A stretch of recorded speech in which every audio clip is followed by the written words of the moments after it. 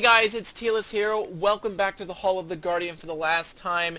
This is the second video looking at Frost Mages and the changes that are coming to them in Legion. In the first video we looked at the abilities and artifact weapon for a Frost Mage in World of Warcraft Legion, and the outlook was somewhat bleak.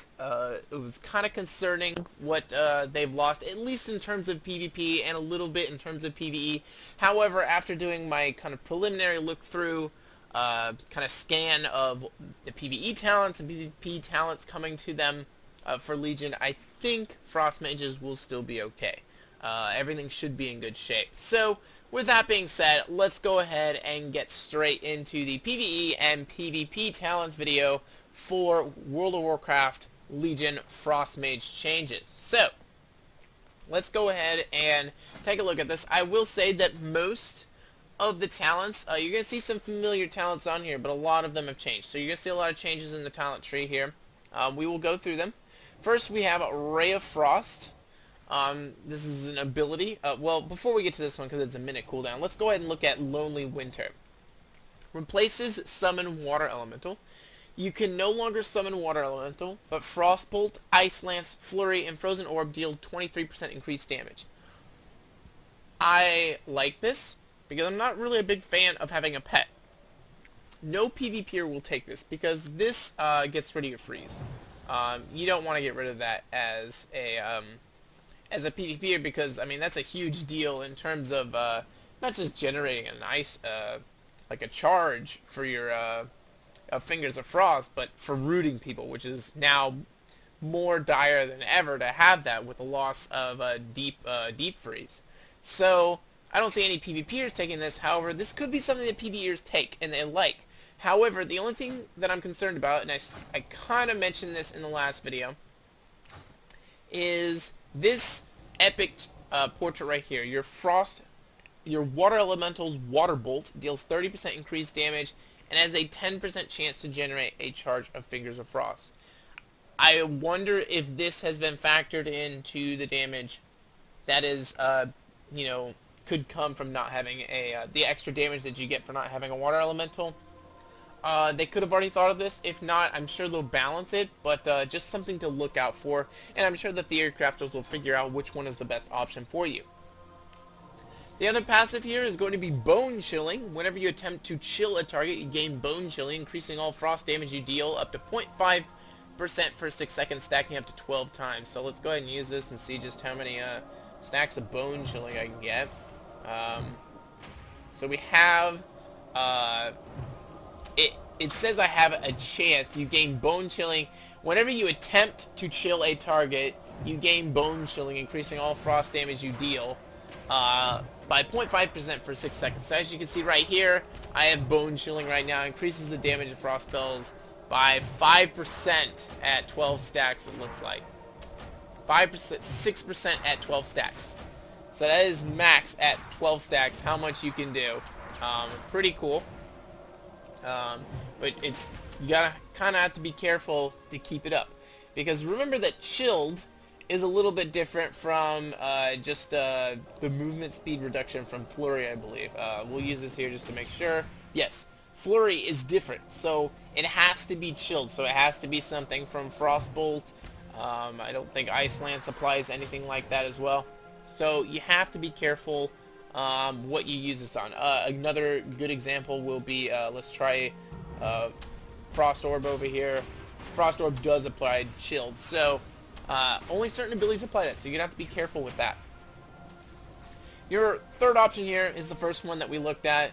It's going to be Ray of Frost. I got to wait for that to get out of combat, but we'll talk about this until it does. For the next 10 seconds, you can channel a beam of icy power at an enemy, slowing enemy movement by 50% and dealing 33,000 frost damage every 0.9 seconds. Each time Ray of Frost deals damage, the damage is increased by 20%. This is pretty cool. This is probably going to be the option in PvP, if I were to take a guess. But let's go ahead and see Ray of Frost in action here. That's pretty cool. It's just a basic channel there. I mean, if it really is powerful in PvE, I'm sure that the theory crafters will figure out which one of these is the best. But that's a pretty cool option to have. 1 minute cooldown, start doing some burst damage. The only thing that concerns me is that uh, it does take a long time. It's a 10-second cast time, and that's 10 seconds of you standing still. However, it could synergize really well with another ability coming down the line. So we'll take a look at it. In the 30 tier, we have Shimmer. Shimmer replaces Blink, teleports you 20 yards forward, unless something is in its way, unaffected by the global cooldown and castable while casting max 2 charges. So, that same YouTube viewer who informed me about the Conjure refreshment table and where it actually is now, gave me a little lesson on Blink. I really have not done PvP Mage in a very long time. For the most part, my Mage has been mostly PvE. So PvP is not my speciality. So I have not encountered this thing with Blink too often. But basically, this now gives you the option to blink forward while in the middle of a cast. So you can be attacking and then you can blink forward, and you don't have to actually stop the cast. You would have to have a macro before with blink. Now you don't. I still think basically it should allow you to continue casting while you're blinking forward. Like when it says castable while casting, I feel like it ain't unaffected by the global cooldown. I feel like you should still be able to continue through like a frostbolt cast and still be able to hit someone. And that's what I wish they would change to, but at the moment that doesn't seem to be the case. So as you can see right there, I blink forward and it gets interrupted. So I kind of hope that it switches to that, but you never know. It may not. But the big thing here is that it's 2 charges, so you now have 2 charges of kind of getting around the map, getting away, which is really nice to have. There's Cauterize. This works like the old Cauterize. Same thing. The only difference is Blazing Speed's been baked in. So whenever Cauterize procs, you now get Blazing Speed in addition to it. Nice just buff there for it. The last option is Cold Snap. Ice Block now has 2 charges and heals you for 3% of your maximum health every 1 second. I need to double check to make sure I didn't pass over Ice Block having any reductions in Frost. I do not believe it does. It does not. Just making sure. So basically you have a 2.5 minute cooldown on your Ice Block instead of a 5 minute because you have 2 charges and it heals you for 3% of your maximum health every 1 second, which I believe, once again pulling it up here, will total to 30% of your health, I believe. So that's a lot. Plenty of health regen there and everything, and so it's a solid option. Shimmer, Cold Snap, Cauterize, I think these are all solid options for you. In PvE, I think Ice Block, Cold Snap would be more of the choice. Because I always like in PvE, like if there's a big AoE abilities that he's got to use and everyone's going to like run away or go somewhere special, you can sit there and Cold Snap and then you can get right back to dealing damage quicker than everyone else because everyone else had to run away. So it's something that I like, but it could be different for everyone. So we'll see how it goes. In the 45 tier, Mirror Image is back. It's been brought down several tiers. Still the same though. Three copies of yourself, cast spells and attack enemies for 40 seconds. Incanter's Flow, same thing. Nothing has changed there. Rune of Power has changed, and thank goodness, because I really hated Rune of Power. It is the main reason why I stopped PvEing as a mage and went back to Elemental Shaman. Was that 90 tier. I hated it with a passion. If you weren't using the right talent in that tier, you basically did way less damage, and it just was so disappointing. So the old Rune of Power is gone. There's this new one that places a Rune of Power on the ground for 10 seconds, which increases your spell damage by 50% while you stand within 8 yards. Max 2 charges. So I mentioned Ray of Frost having some great synergy with a talent down the line. This is what I was talking about. So it goes right underneath you, and then you start using Ray of Frost, and you have that extra damage burst that you're getting out of it. As you can see, I'm starting to really hit for a lot of damage with this rune underneath me. So it lasts almost, I believe, the entirety of it. 10 seconds, and Ray of Frost lasts 10 seconds, so you can get off the combination pretty well. And you don't have to aim it anymore. It just appears right underneath you, and then you can start using Rune of Frost. So actually, this is actually pretty cool when you combine it with Ray of Frost, and it's something that I could definitely see in PvE. I normally would expect to see Mirror Image in PvP. However, Rune of Power, the way it is, it before it had no PvP applications, it stunk in PvP. Now, Rune of Power, the fact that it is a short cooldown, if you find yourself in a situation where you've created enough space or enough CC to keep them off you for a bit, Rune of Power is going to be really potent. If you've got like a whole bunch of burst damage lined up, you can just blow them up real quickly. I mean, we'll do one more example right here. Icy Veins, Ray of Frost, and then just start laying into them as well. It's a lot of damage you're able to deal really quickly, which is pretty powerful. I don't have the math in my head to quickly add all that up, but that right there is the amount of damage from Ray of Frost is easily a health bar. I can say I'm pretty certain that easily all that damage right there with that combo is an entire health bar. So that's really powerful frost damage there. The only thing you're going to have to worry about is that's a long cast, and that's easily interrupted, so that's something that you also have to worry about. So if you're able to stop a melee from distance and then really really tear into them, that can be really powerful. Just one note, Frost Mages, there are several melee now have actually ranged interrupts, so be careful. With that, let's go to the 60 tier, where a lot of things, where one of our problems, one of the items that we lost as a Frost Mage has been returned. First, Ice Nova is back, and the best part about this, and this really helps out with the fact that you no longer have Deep Freeze, is that it does not replace Frost Nova. So you have Frost Nova, and then on top of that you have Ice Nova that you can use on the target, okay? That is a great change to the way it was before. It still functions technically kind of the way it used to. It doesn't have 2 charges anymore. It only has 1 charge. 25-second recharge on it still. 100% increased damage. Still roots the same. It just doesn't have 2 charges anymore. So, but at the same time, you're not losing your Frost Nova set. It's a great change, and honestly, I see PvPers taking this probably without question. They may want to take this next one here, but I think Frost Nova will just give them so much control on the battlefield between Frost Nova and having Blizzard snares, and basically they're going to just be loaded with snares and roots all over the place. Frozen Touch immediately generates 2 charges of Fingers of Frost, so if you really want to just get a lot of burst at one point, you can choose Frozen Touch. I'm not sure how this will play into PvE.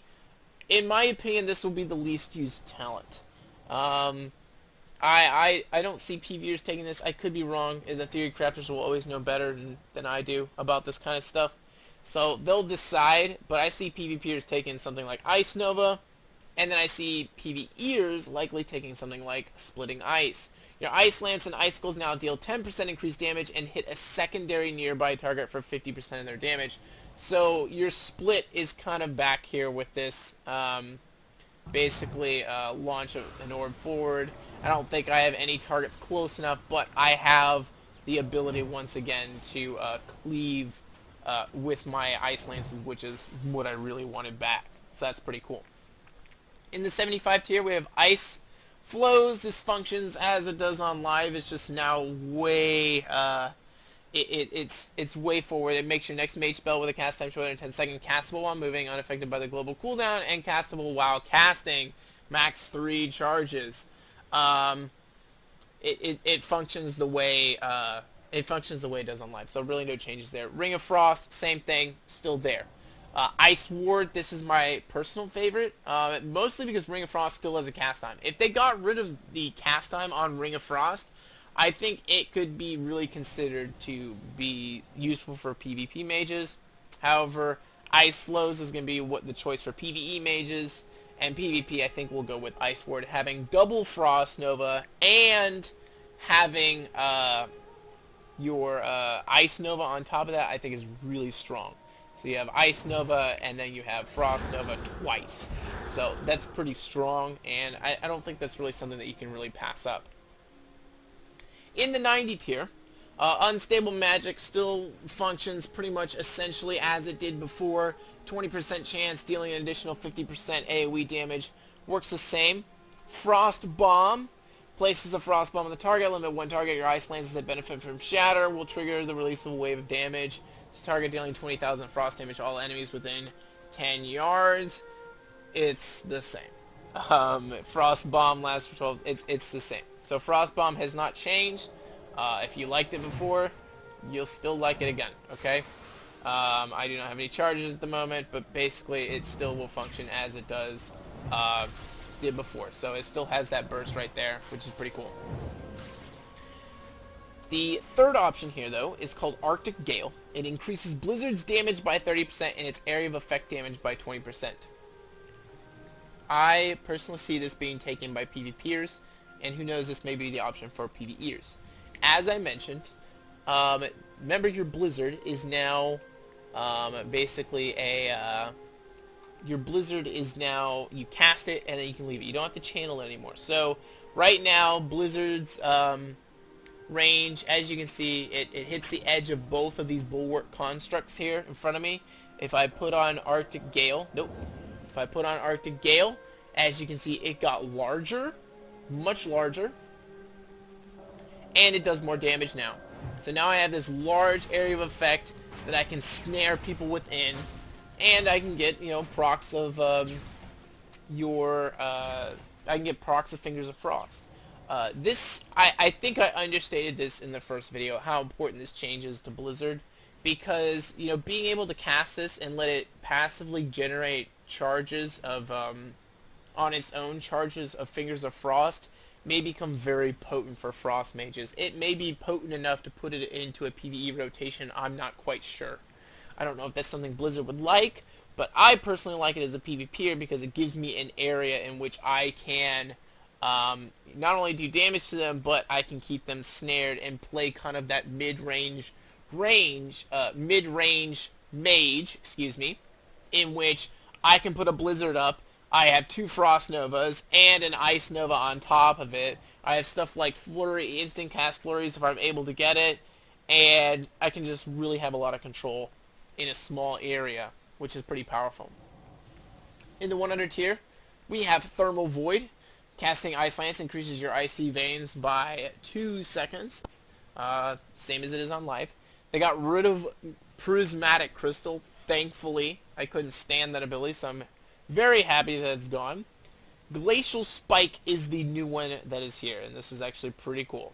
So, conjures a massive spike of ice, and merges your current icicles into it, and impales your target, dealing 140,000 damage plus the damage stored in your icicle, and freezes the target in place for 4 seconds.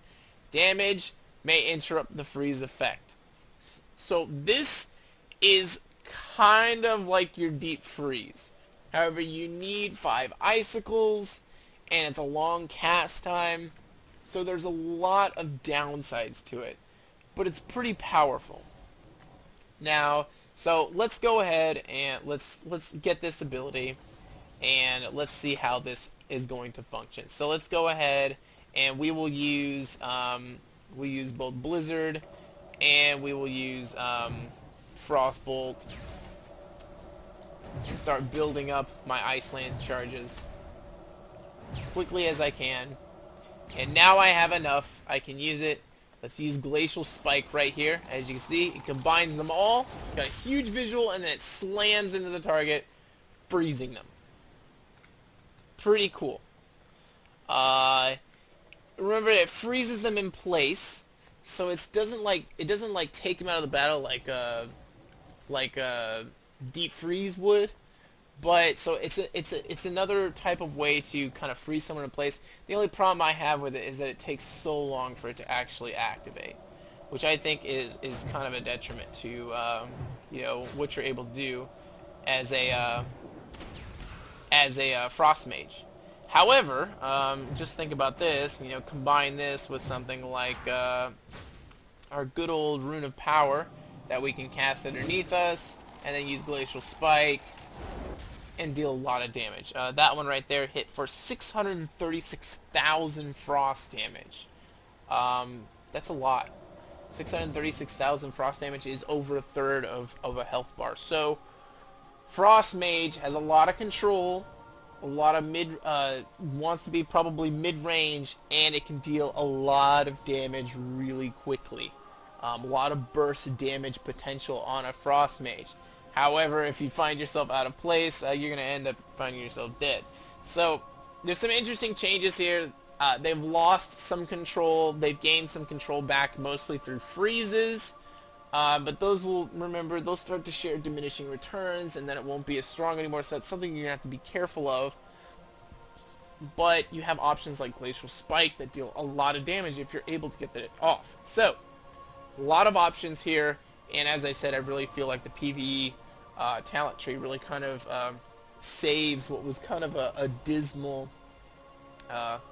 It was really kind of a abysmal outlook on how Frost was going to be in World of Warcraft Legion. Things were looking kind of dreadful. So, PvE talent tree definitely does save it.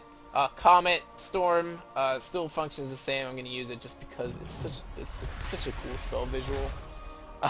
It does a lot of damage. As far as PvE is concerned, I'm not really sure which one will be the popular option. This does so much damage. I'm not sure how much damage it's going to do compared to some of the other abilities. I mean, combining it with something like Rune of Power makes it so strong. Considering it takes maybe, 7 or 8 seconds to get 5 glacial shards, you could possibly have a Rune of Power able to get 2 of these off. Basically, 2 glacial strikes off in 1 Rune of Power. You have 2 charges of this. So this could be the power combos, Glacial Spike and Rune of Power. But if it's a really big boss, maybe Comet Storm is your option, or Thermal Void. I don't know, because remember, Icy Veins has a lot of boosts through your artifact weapon, and so forth. So there's a lot of options here in that 100 tier for theory crafters to decide what is going to be best. However, I do think in PvP it's going to be a no-brainer with Glacial Spike. The only problem is getting it to actually launch off. That's going to be the issue. So, with that, let's look at the honor talents for a PvP Frost Mage in World of Warcraft Legion.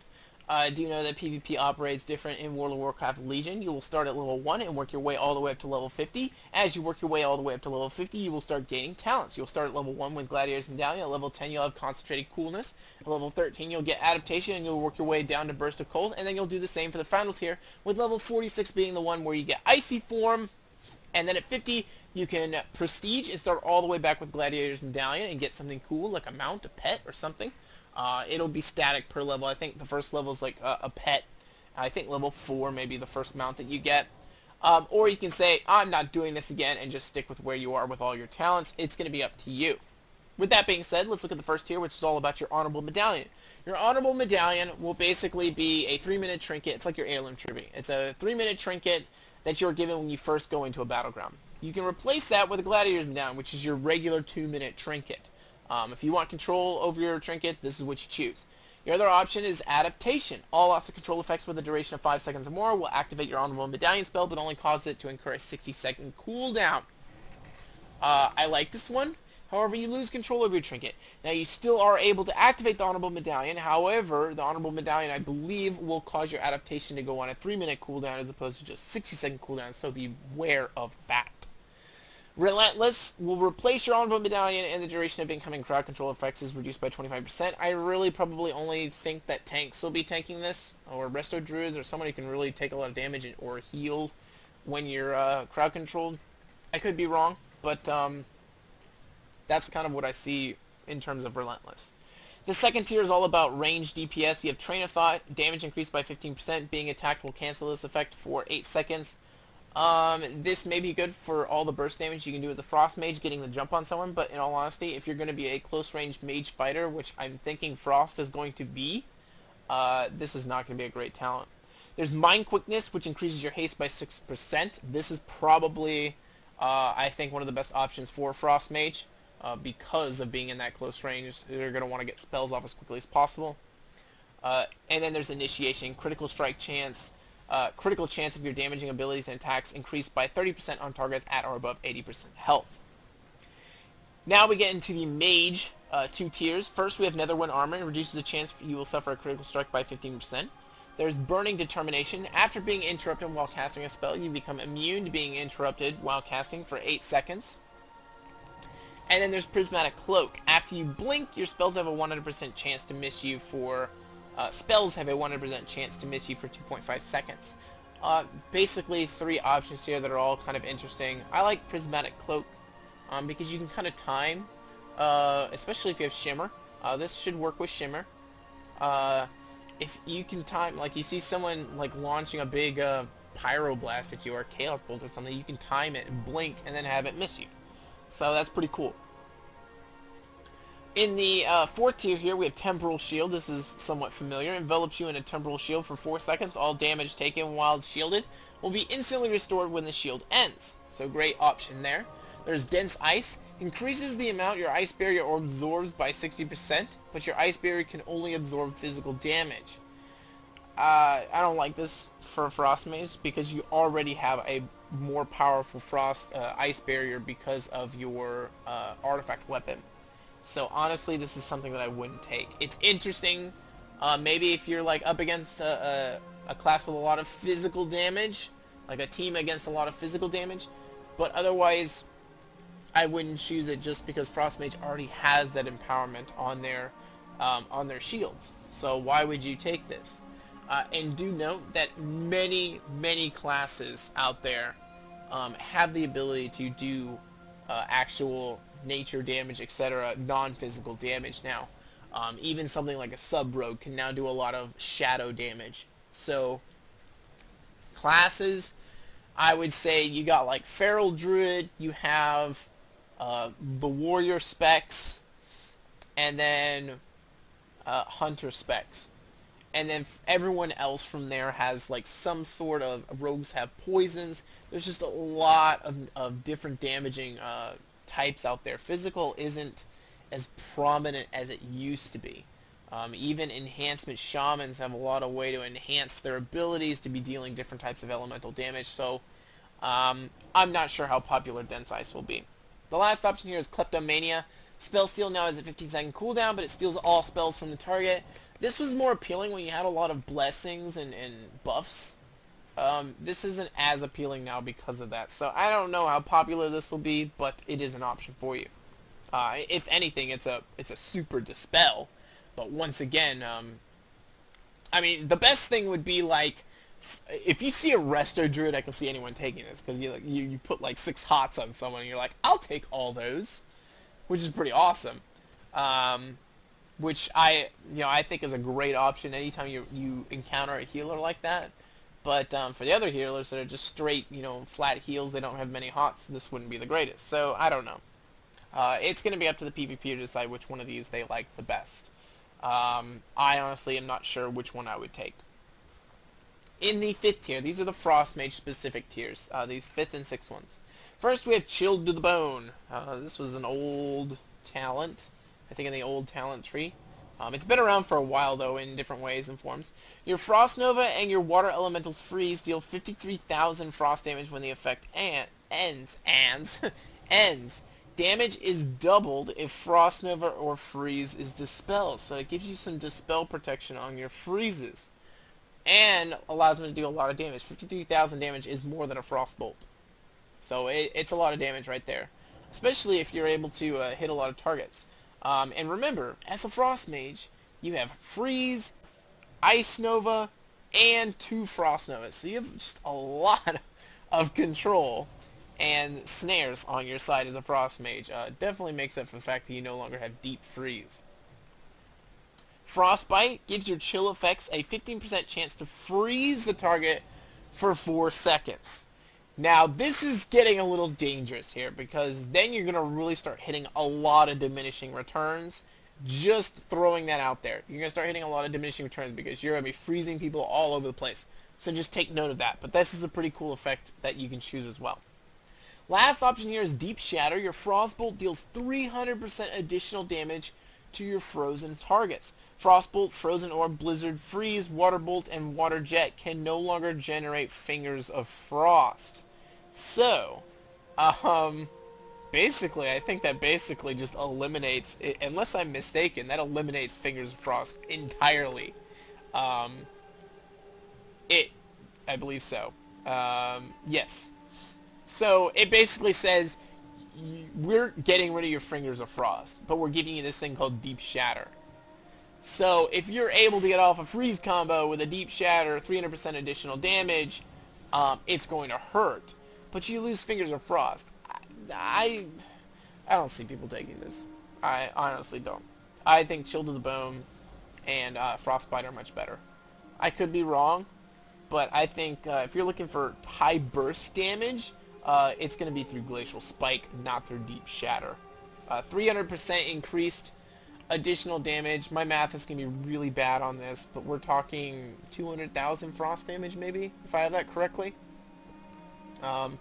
200,000 frost damage versus, I have no clue. 200,000 frost damage. I mean, just Ray of Frost alone can do way more than that with its ticks. So, honestly, I really don't like it. I think a better option would be, I mean, and I know for sure Glacial Spike's going to do way more than that anyway. So Glacial Spike baseline does 140,000, and then you add all of your Icicles into that, it just does way more damage. So, unless you do Glacial Spike and Deep Shatter, but then again, you have to make sure that you get the freeze off. So, there's kind of some things that you actually have to pay attention there. Now, you could do a Glacial Spike. Remember, Glacial Spike freezes the target. So you could do a Glacial Spike into a Deep Shatter, which is really strong. But then you really have to start generating your little Icicles, and that can start to be cumbersome. So, I don't know. It's going to be up to the playstyle of the PvPer and which one they like best. In the last tier, we have Concentrated Coolness. Frozen Orb's damage is increased by 50% and now castable at a location with a 40-yard range but no longer moves. I don't know about this one, to be honest. I mean, as we saw earlier, Frozen Orb actually has a pretty large radius. So it's actually could be pretty cool. You can set it down in the middle of a big battle and just start to do some damage. But if your positioning is good, I mean, you basically, Frozen Orb moves so slowly anyways, it basically is the same place anyways. So by then, you're looking more at the 50% increased damage, which is not really what Frozen Orb is known for. It would now be dealing up to 150,000 damage. It's really about getting those ticks for your Fingers of Frost. But if you have Deep Shatter, then that wouldn't matter anymore, so maybe Concentrated Coolness will be more of an option. It's up to you. Next, we have Burst of Cold. Your Frost Nova instantly resets the cooldown on your Cone of Cold and increases its damage by 600%. For 6 seconds. This is awesome. So let's just pull up Cone of Cold here for a second, if I can find the ability. And just, we need to look at how much damage it's doing. So Cone of Cold is dealing 6,000 frost damage. So really, 600% is going to end up not being that much. It sounds like a lot, but it's not going to end up being that much because it's already so low. 6,000 damage versus something like, I mean, just to give you an idea, your Frost Nova does 3,800 damage. So it does 1,200 more damage than your Frost Nova, and we all know Frost Nova is not known for its damage. So a 600% increase I don't think is going to change much when it's already that low.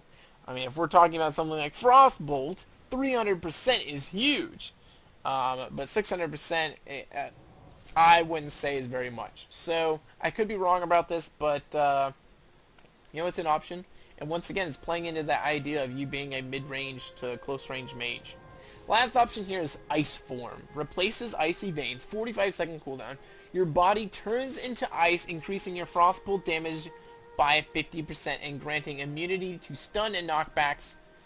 Lasts 12 seconds. Well, this makes Deep Shatter even better now. Ice Form into a Glacial Spike into a Deep Shatter is a lot of burst damage in very little time. It's just like a 1-2-3 punch that's going to be devastating. 45-second cooldown is pretty easy to deal with, so this may be the option. And if this is what you're gunning for, then maybe you can go with something like Lonely Winter, which will then in turn increase your damage of your Frostbolt even more. Put a Rune of Power underneath it. Rune of Power, Icy Bolt, Glacial Spike, Ice Form, and you're just, I mean, you're blowing stuff up. So, that's something interesting that you guys will be able to try. But that is everything for the PvP talents for a Frost Mage. Basically, overview for PvE. With talents, not much has changed. However, the change to Blizzard is huge, okay? And that will change your playstyle a little bit in PvE. That is probably the biggest change for PvE. You can still talent back into the old Ice Lance, and there's Flurry, but I don't know if Flurry is going to be big enough to deal enough damage. But for the most part, PvE shouldn't change too much for a Frost Mage. For the most part, things should be good for you in PvE. PvP, they've zeroed in very much on dealing a lot of burst damage. However, they've changed it away from Deep Freeze and put it into a different type of form.